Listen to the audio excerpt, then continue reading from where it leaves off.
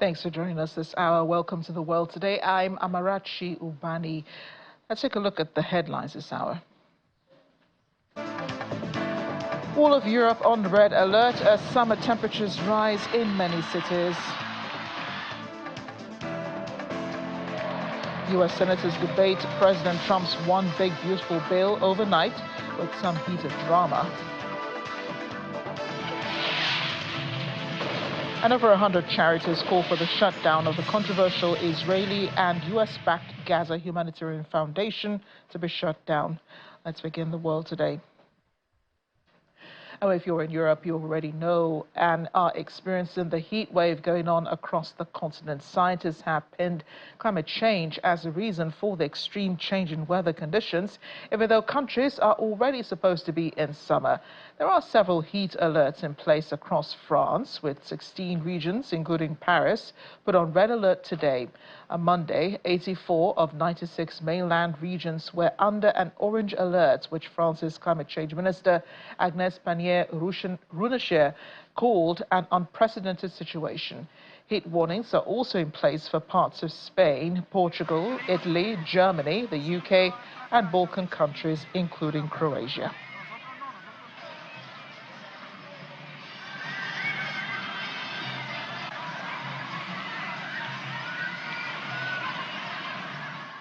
Meanwhile, in Turkey, thick smoke billowed in Karali neighborhood as flames consumed trees in the surrounding hills. The Disaster and Emergency Management Presidency says over 50,000 people have been evacuated from southern provinces, including Izmir and Belek, as flames fueled by strong winds continue to spread. Blazes have been reported in 10 provinces, and at least 44 villages and neighborhoods in Antalya have been cleared as authorities rush to contain the flames. More than 700 personnel have been deployed to fight the fires, supported by 10 planes, 38 helicopters, and over 200 vehicles working across the affected areas.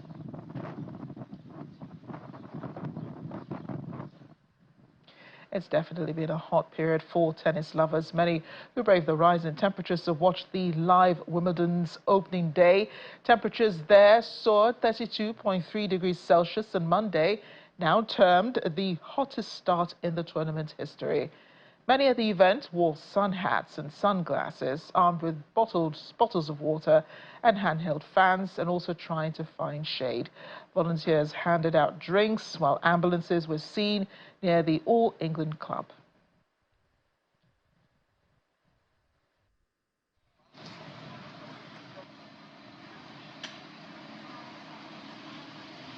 Drinks? No.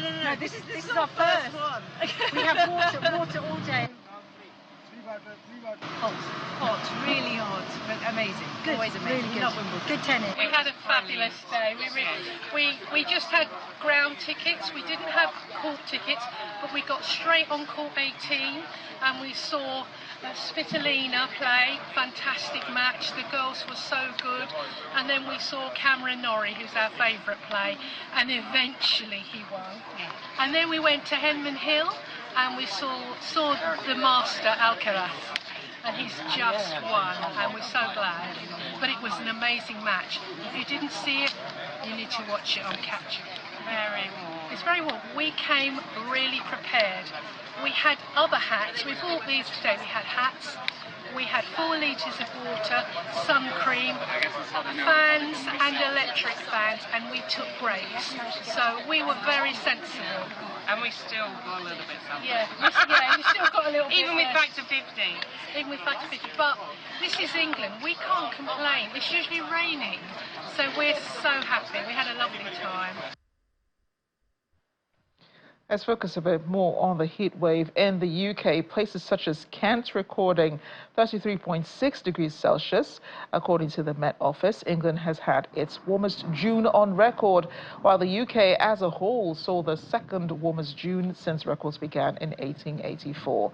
It also says average daily maximum temperatures were also well above the long-term meteorological average for June, with England recording its 3rd highest and the UK its 6th highest average temperatures since 1884.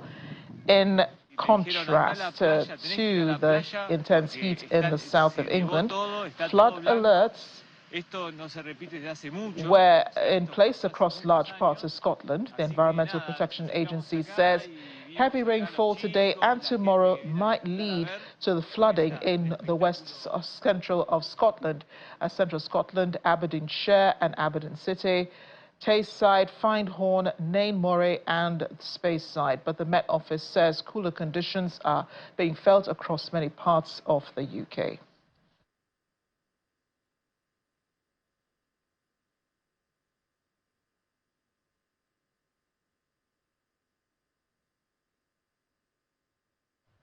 I do apologize. We're showing you pictures from Argentina. We have our correspondent in London, Juliana Olainka, braving the heat to join us this evening. Juliana, I did see you fanning yourself earlier. How hot is it where you are? Good afternoon, Amaraki. I actually wanted to do the live from my garden outside, but it was just far too hot. I've been sweating, as the viewers can see, I'm sweating. And you've given us a very good descriptive of what has been taking place in the UK over the past couple of days. It is blisteringly hot. It has been blisteringly hot over the past couple of days in London and southern England. As you quite rightly said, we've officially experienced the hottest day of the year so far, with temperatures soaring to 33.9 degrees Celsius, and that was in a town called Writtle in Essex. This surpasses much earlier highs that we've seen over the past couple of weeks, and actually over the past couple of years. I'm sure you'll remember, Amarachi, I think it was about 2 years ago now, we were conducting a discussion about heat waves across the east of London that led to wildfires. So there has been intense heat for a while in the UK now. Now, meteorologists had warned that we could reach highs as up to 35 or 36 degrees in the southeast of England.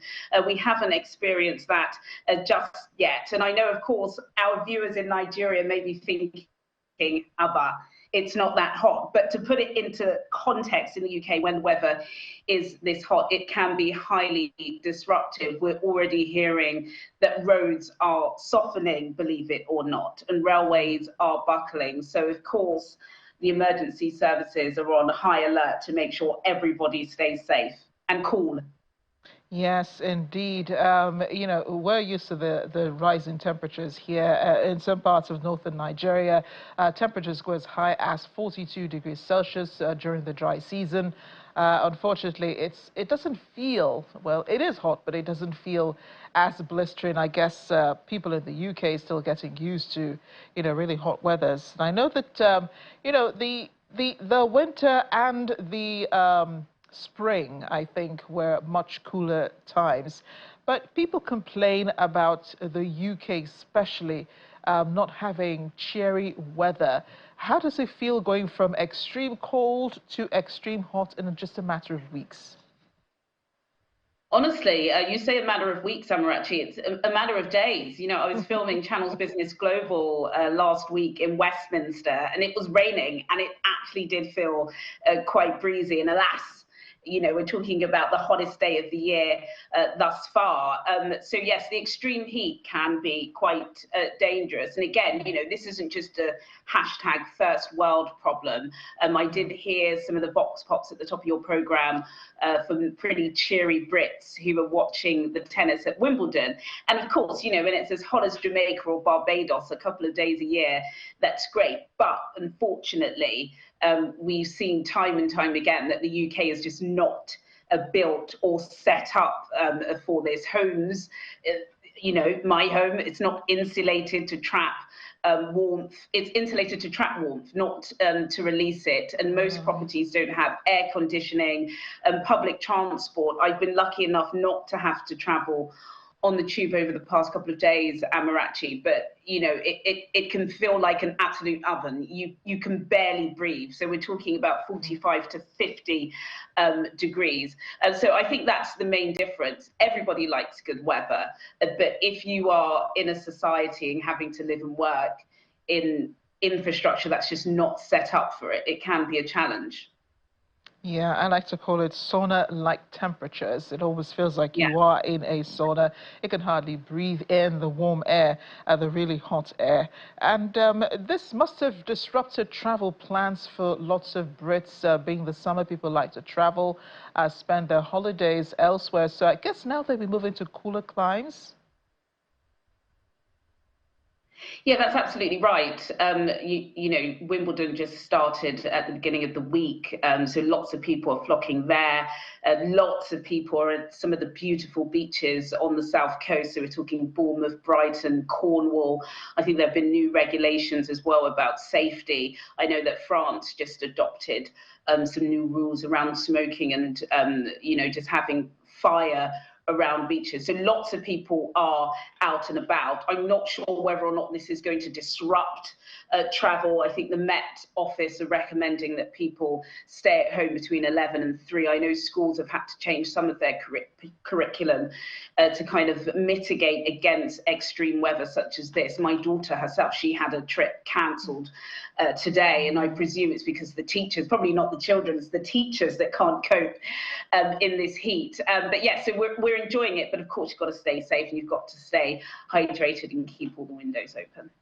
Well, we're understanding how hot it is, Julia, because intermittently you keep fanning yourself just to help our viewers understand, you know, how really hot it is. And you did explain your home is not insulated for the hot weather.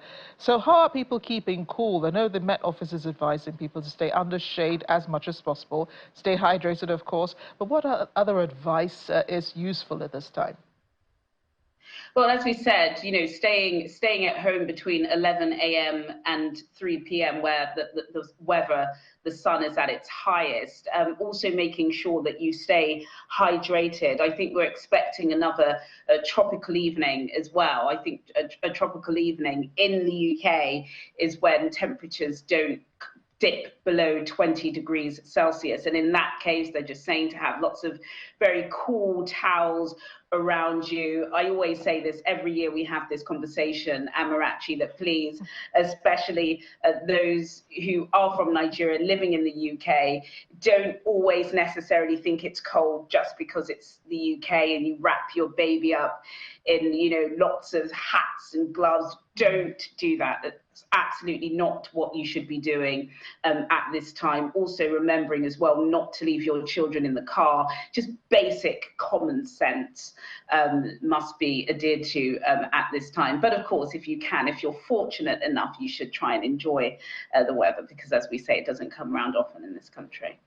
Well, if it's any consolation, Juliana, it is cooler in Lagos. I know it sounds unbelievable, but the weather is cooler in Lagos. I mean, it's been raining recently, so we've been having temperatures dropping, thunderstorm activities, as well as lots of cool breeze. So, we would send you some if we could, but of course we can't. I'm sure it's nice to call in the studio as well.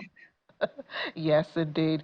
But the Met Office does have some cheery news, Juliana. It says the UK has already experienced its hottest day in the year itself, also in history, I guess, since records when they started taking records in 1884. Does it mean that it gets cooler from now on? I mean, since you have already experienced your hottest day. Well, of course, I'm not a meteorologist, so I'm not certain of that. But we hope so. Hopefully, temperatures are going to dip over the next couple of days, just basically so you can breathe. Very difficult to sort of work and focus in temperatures such as these if you are within buildings that are not built to withstand such heat. But yes, we are expecting temperatures to dip over the next couple of days, but then this is still very early summer. We're at the first day of July, so we still got a couple of months more. And of course, we do want to experience really nice weather in this country, but we want to make sure our public services are built to withstand such heat. And of course, having less time at work would be great. So you did give some recommendations for those with babies, saying that people shouldn't suffocate them in warm clothing, of course not in this season. But what's the advisory for the vulnerable people as well as pets during this time? Well, of course, I'm not a health professional, so I would say definitely if you want, correct advice, please do seek advice from a professional within that area. But again, I think it's down to common sense, isn't it? It's making sure that you stay hydrated. I don't have pets, but I presume that pets would need to be well hydrated as well as yourself, and staying in within the times that the Met Office suggests, which is between 11 to 3. I think also quite significantly as well, over the past couple of weeks, we have had some pretty tragic deaths, shall we say, around lakes and rivers. I believe this has actually affected the Nigerian community as well. So please, please be careful. Don't presume because you are hot and you see what appears to be a calm body of water that you can jump in to hydrate yourself. Lots of young boys have died in this country, sadly, for doing that. So yes, just stay safe and stay hydrated, and I'm sure you'll be fine. Just one more question, Juliana. Has this impacted on energy prices, perhaps? Electricity going up as people turn on air conditioning, which is not very familiar to many in the UK. That's quite interesting. It'll be interesting to see how the markets react to that. Typically in the UK, when we discuss energy prices, we're talking about heat. And heating your homes and, of course, cooking. But at the moment, people don't have the heating on. Lots of people still haven't converted to air-conditioned homes and housing, and most people are using the barbecue. So if anything, I would presume that the hotter weather in the UK at this point may bring energy prices down, but that's a conversation for another day, Amarachi. Okay, we'll let you go get some cold water, stay as close as you can to a moving fan just to cool yourself for the evening, and we hope that you're able to weather this, I would say storm, but weather this heat, I would say, Juliana. Thanks again for the update. Thanks. Thank you. Now, unlike the weather in Europe, temperatures were falling in Argentina. That was that video was showing you before the conversation with Juliana. Rare polar cold snap brought snow to Miramar's coastline on Sunday, blanketing the beach in white and drawing residents out to witness what many called a once-in-a-lifetime event. On Monday, many were seen walking along the snow-covered beach, posing for photos, building snowmen, and writing messages in the snow. Children perhaps had the most fun along the shore as visitors marveled at the surreal sight. Snow began falling across Miramar and surrounding towns on Sunday afternoon, marking the first coastal snowfall in 34 years, a rare weather event not seen since 1991. The snowfall was part of a polar cold wave sweeping Argentina, with the weather warnings issued for extreme cold and snow across Cordoba, La Pampa, Mendoza, Santa Fe, and coastal Buenos Aires. On Monday, temperatures across Buenos Aires dropped to near 0 degrees Celsius, with Miramar between 0 and 1 degrees Celsius. The cold snap is expected to persist through the week, with further lows forecast Wednesday and for Thursday. We do apologize, the producers there getting confused about the pictures to show. But coming up after the break on the program, Thailand's Prime Minister Shinawatra suspended over leaked phone call. We have details. Stay with us. Welcome back. It's still watching the world today. We're in the United States now as the Senate held a marathon voting session through the night on a sprawling budget bill that is critical to President Donald Trump's agenda. The One Big Beautiful Bill Act, running to nearly 1,000 pages, includes increased spending for border security, defense, and energy production, offset to a degree by cuts to healthcare and food support programs. Its fate hangs in the balance as Trump's Republicans, who control both chambers of Congress, remain split over how much to cut welfare programs by as they seek to extend tax breaks. Now, if approved in the Senate, the bill will return to the lower House of Representatives for a final vote before being sent to President Trump to be signed into law. Senate Democrats will bring one amendment after the other, again and again and again, to put Republicans on the record. We'll begin this morning with a motion to appeal the ruling of the chair to try and reverse Senate Republicans' brazen attempts to deceive the American people about the true cost of the bill. Republicans are doing something that has never been done before in the Senate by deploying fake math and budgetary hocus pocus to make it seem like their billionaire giveaways don't cost anything. That's obviously outrageous, and it's absurd that the budget chair is taking the Senate down this fact-free road. He is helping erode, even destroy the Senate. We all acknowledge that 75% now of federal spending is what we call mandatory spending. Entitlement programs, things that Congress doesn't annually appropriate for. And it continues to grow at an uncontrollable rate. In fact, the growth in the rate of Medicaid spending in the last 5 years has been 50%. That's not sustainable. We know that's not sustainable. And in the time I've been here, we have never, ever done anything to reform and improve and strengthen these programs that are growing at an unsustainable rate that will wreck our economy and wreck our country if we don't start making some changes. And so, yes, there are some improvements and reforms to Medicaid to make it more efficient, to make sure that the people who are supposed to benefit from Medicaid do, and that it doesn't go to people who shouldn't benefit from Medicaid. Their bill, the so-called Big Beautiful Bill, which is really a big, ugly betrayal, cuts taxes for billionaires by taking away health care from millions of people. So my amendment simply says, if people's health care costs go up, the billionaire tax cuts vanish. Republicans, you can tell in their speeches already, are on the defensive. They know how bad this bill is for the American people. They know that Donald Trump is lying when he says it won't cut health care. I salute my colleague from North Carolina. We all heard what our colleague from North Carolina had to say yesterday about this bill. My guess is about half, maybe even more than half, of the Republicans in the Senate agree with him. It is now clear that there is bipartisan opposition in the Senate to the Medicaid cuts in this bill.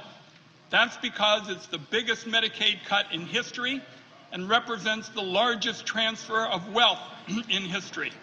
It is caviar over kids, hedge funds over health care, Mar-a-Lago over the middle class. I just want to share with America the great work that Republicans have done on Medicaid, that we're preserving it, we're protecting it, we're strengthening it for those who need it the most. We're going to make sure that your seniors in nursing homes, that pregnant women, that children, that people on disabilities have Medicaid in the future. We are fiscally making Medicaid more sound. Mr. President, across the country, Americans of every political stripe are urging us to come together to help bring down painfully high costs. Instead, the President is making life even less affordable, both with this partisan budget bill and with his decision to launch a trade war with our ally, Canada. The President's tariffs, combined with this bill, will raise costs for firefighters, truck drivers, and teachers by $500, all so that the wealthiest 0.1%, making over $4 million, get a $350,000 windfall.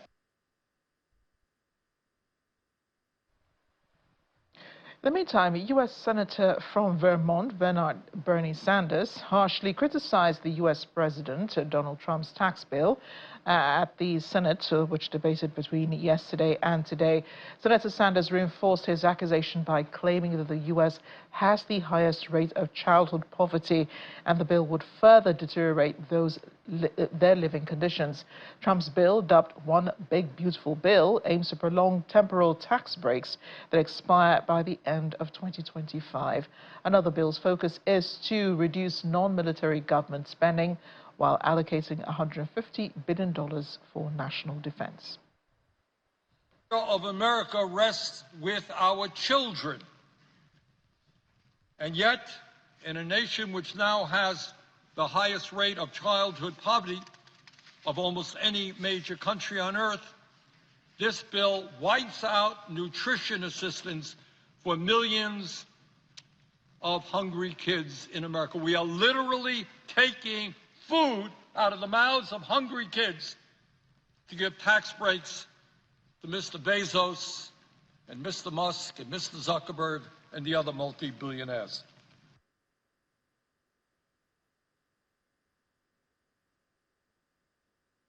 A new research published in the Lancet Medical Journal says President Donald Trump's move to cut most of the U.S. funding to its foreign humanitarian aid could cause more than 14 million additional deaths by 2030. Researchers project a third of those at risk of premature deaths are children.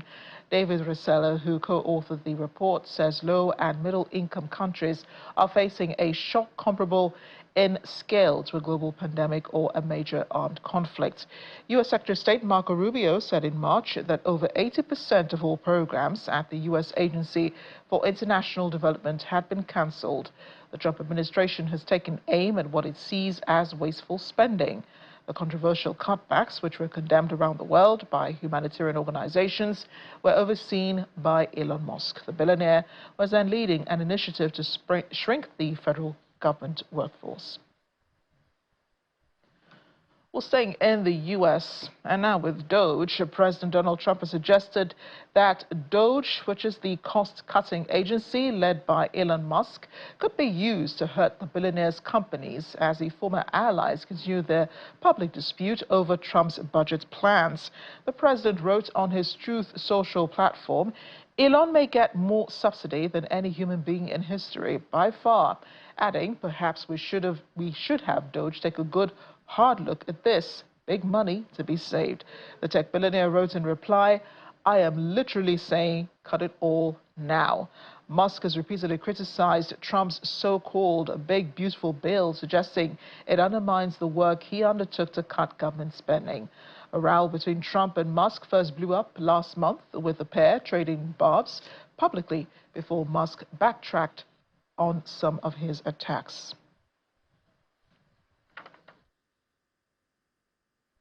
Our Washington correspondent Maria Bird is on standby now with the updates and perhaps some explanation as to what's been going on. Maria, what really is going on between President Donald Trump and Elon Musk?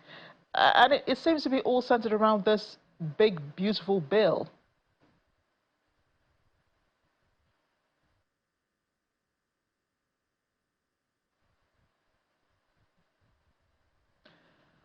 Maria, we're hoping you're still with us. We understand you're in transit, but could you explain what President Trump and Elon Musk's relationship is like now as it concerns the big, beautiful bill? Yes, hopefully you can hear me. Yes. Okay, great. Yeah, so Elon Musk has been a supporter of the president since the campaign, and he has been one that has been there and obviously a part of the administration very early on. We are very much aware and we do understand that Elon Musk took quite a hit from being a part of the administration with Tesla and some of the stocks there. And so as he departed, which was expected at the end of May from the White House and from the president, we did see some separation in the two opinions. And if you look at what Doge stood for, Doge was really about cutting excess spending within the government. It heavily streamlined many of the agencies within the federal government within Washington and also across the country. But if you look at what the president's big, beautiful bill will address, there is quite a bit of potential increase to the debt ceiling that the U.S. has. The U.S. obviously has been dealing with debt for quite some time. And this bill could potentially, as we look at some of the tax cuts that are being proposed, some of the other spending measures, it could add to the deficit that the U.S. has been in for quite some time. So it does go, it's not quite in alignment with where Elon Musk was looking to move the country toward with some of the cost cuttings of Doge. Right, Maria, and I'm just hearing Republicans in the Senate have narrowly passed the big, beautiful bill on tax and spending, meaning the proposed legislation has cleared one of its key hurdles. Apparently, Vice President J.D. Vance was a tiebreaker in this vote following 24 hours of debating between Republicans, Democrats, and liberals in the Senate earlier today. So now it heads back to the House of Representatives, or the lower chamber, where it still faces more opposition. An earlier version, we understand, was cleared by House Republicans by a single vote margin. In the first place, why was there so much debate about this bill, given that the Republicans did or have been supporting President Donald Trump and supporting many of his policies, and were in support of this bill in the first place? Why did it face so much controversy and opposition in the Senate?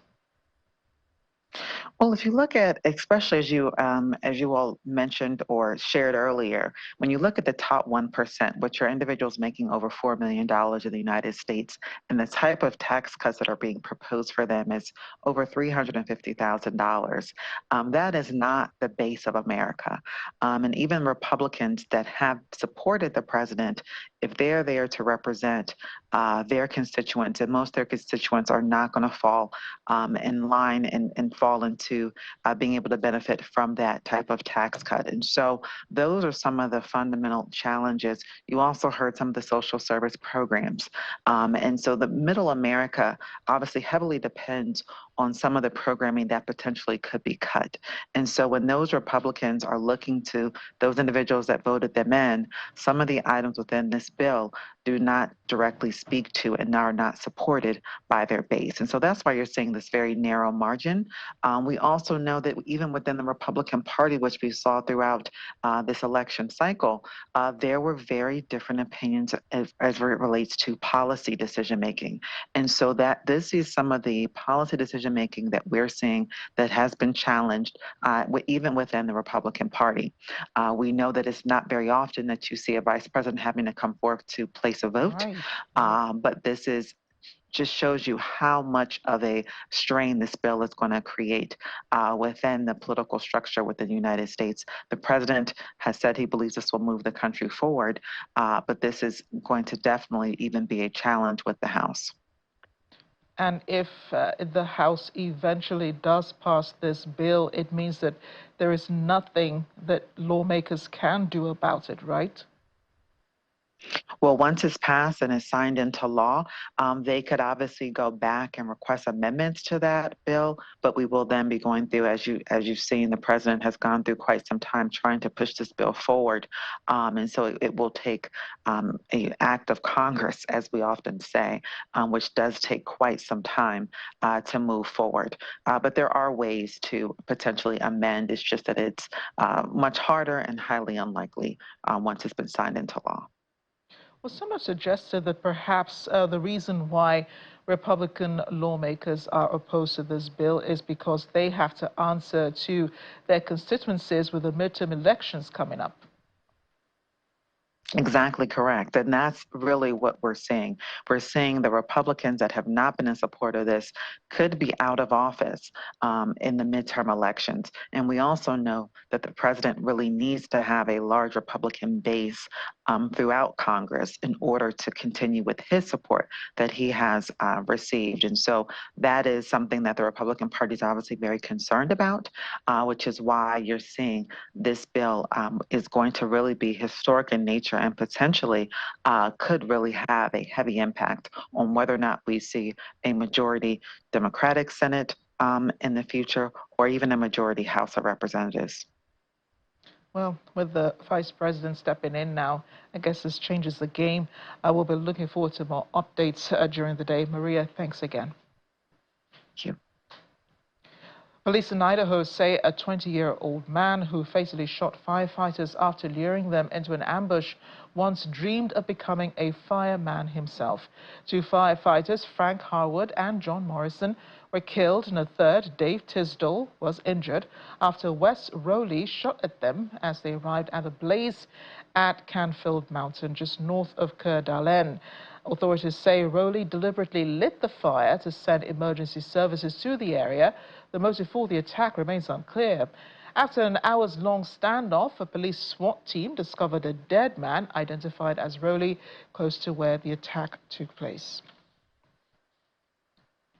The White House Press Secretary Caroline Leavitt on Monday said Canada's Prime Minister Mark Carney caved to President Donald Trump as the country announced it was dropping its plans to introduce a tax on U.S. tech companies to restart negotiations with Washington. Leavitt was making the comment during a press conference. She said the Prime Minister called President Trump on Sunday to tell him he would drop his plans and called it a big victory for tech companies and U.S. workers. In Canada caved to President Trump in the United States of America. And President Trump knows how to negotiate, and he knows that he is governing the best country and the best economy in this world, on this planet. And every country on the planet needs to have good trade relationships with the United States. And it was a mistake for Canada to vow to implement that tax that would have hurt our tech companies here in the United States. The President made his position quite clear to the Prime Minister, and the Prime Minister called the President last night to let the President know that he would be dropping that tax, which is a big victory for our tech companies and our American workers here at home. Leavitt was also commenting on the situation in Gaza with the ceasefire, which he says is a priority for the Trump administration. It follows President Trump's suggestion that a truce deal is close. The comment comes after Trump suggested last Friday that a ceasefire agreement could be reached within this week. Asked about whether the president was in contact with Iranian leaders after he suggested he was not offering them anything more. In a social media post, Leavitt said the special envoy Steve Witkoff is continuing talks, but the Trump statement is true. Last week, I said the administration, and namely our special envoy Steve Witkoff, has been in communication both directly and indirectly with the Iranians. That communication continues. The president himself has not talked to Iran, which he pointed out in his truth statement. I haven't heard him call for that, but certainly he does not want this individual to be elected. I was just speaking to him about it and his radical policies that will completely crush New York City, which is obviously a city that the president holds near and dear to his heart. With Democrats across the country, Democrat governors, and he said he'll work with people on the far left, he works with Republicans, he works with people in the middle, he wants to do what's right for America, but surely someone who holds these values and is quite literally a communist and condemns every value that makes this country great: common sense, law and order, low taxes, working hard, and earning your keep in this country. He's against all of that, and I think the president would find it difficult to work with someone like that. If he is elected, I'm sure you'll hear more from the president on that, but we'll have to see. Hopefully the voters of New York City choose wisely. I know that Mr. Dermer is in Washington this week to meet with senior officials here at the White House. I also know that this administration is in constant communication with Israeli leadership, and the president himself speaks frequently, as you know, to Prime Minister Netanyahu. But this has been a priority for the president since he took office, to end this brutal war in Gaza. It is because of this president that humanitarian aid is being brought into the region. It's heartbreaking to see the images that have come out from both Israel and Gaza throughout this war, and the president wants to see it end. He wants to save lives. And however, the main priority for the president also remains to bring all of the hostages home out of Gaza. As you know, his tireless effort has brought home many of the hostages, including all of the American hostages who were held there. So he wants to see both things happen, and we're continuing to work very hard to do those things. To the war against Hamas, more than 130 charities and other NGOs are calling for the controversial Israeli and US-backed Gaza Humanitarian Foundation to be shut down. Over 500 Palestinians have been killed while seeking aid since the GHF started operating in late May, following Israel's 3-month blockade of Gaza. Almost 4,000 have been injured. The organizations, including Oxfam, Save the Children, and Amnesty, say Israeli forces and armed groups routinely open fire on Palestinians seeking aid.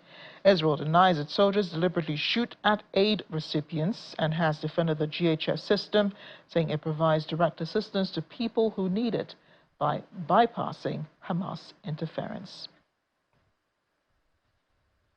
Meanwhile, Israel's permanent representative to the United Nations, Danny Danon, has denied allegations the IDF soldiers have been ordered to shoot at those receiving aid in Gaza. He accused Hamas of spreading lies on the casualties from the shootings, claiming that the militants were shielding real facts and hampering the initiative. First, regarding the GHF, so yes, there is a campaign spreading lies, and whenever we get those reports, we check them. And that's what Hamas is trying to do, preventing people from getting to those places. Unfortunately, the UN is doing the same. And I would expect the UN to look at the facts. So when we get reports, we check them, and we make sure that those areas will be safe for civilians to come. There are other forces who are trying to do the opposite. Regarding your question about the government, whenever we had an agreement on the table, we accepted it. The government of Israel accepted already few ceasefire agreements.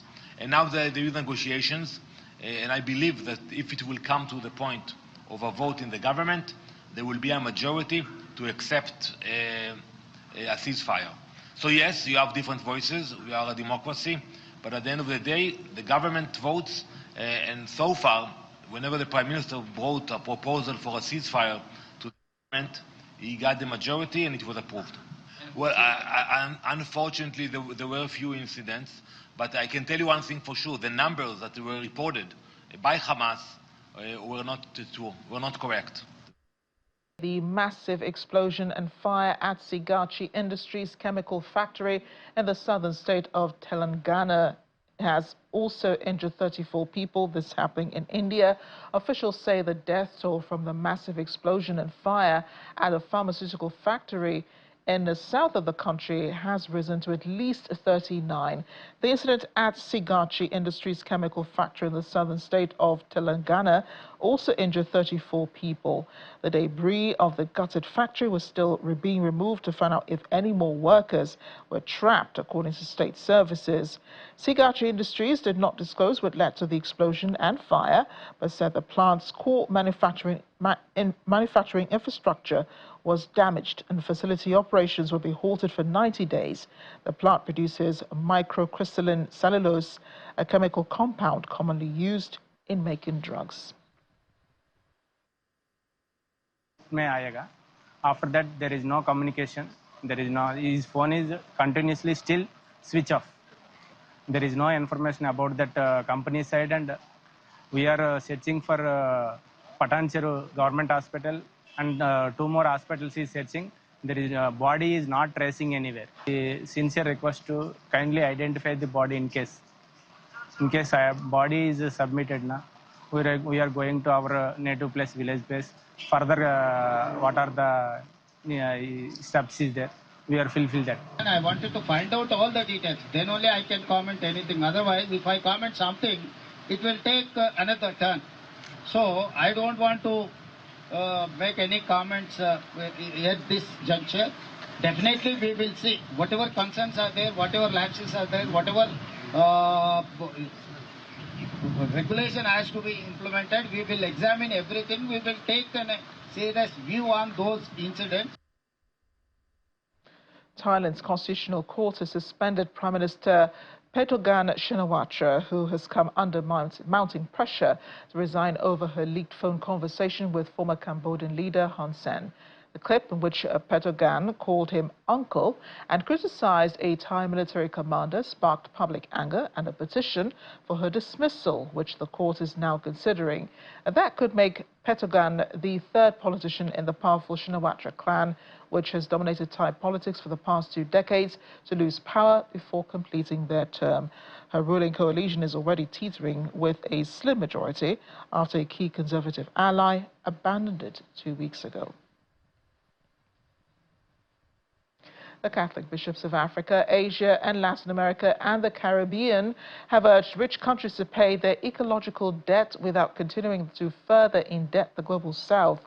The bishops, standing together as representatives of the Global South, announced their first ever joint statement in a press conference in the Vatican today. In the statement, they demand ambitious implementation of the Paris Agreement and lay out the Church's commitment to action ahead of COP30. Together, the bishops represent nearly 821 million Catholics across Africa, Asia, and Latin America, and the Caribbean.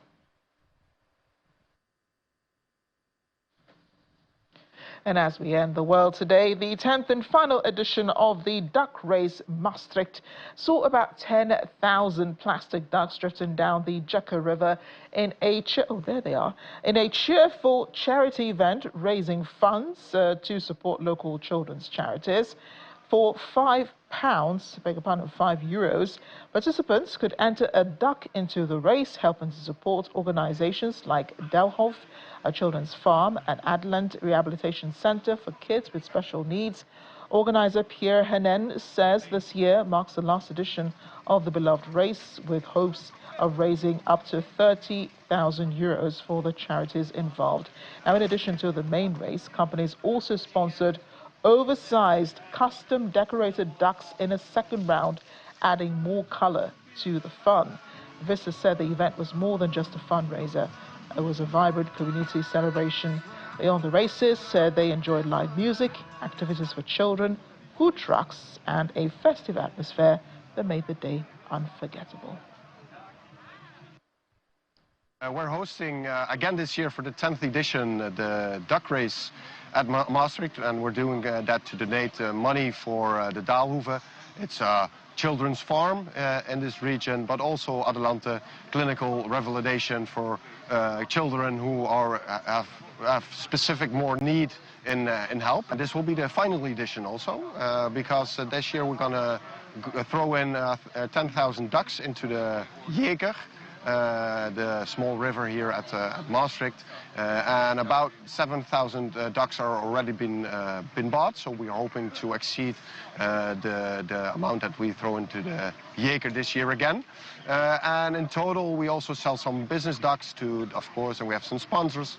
So in total, we hope to donate around 25 to 30,000 to the two charities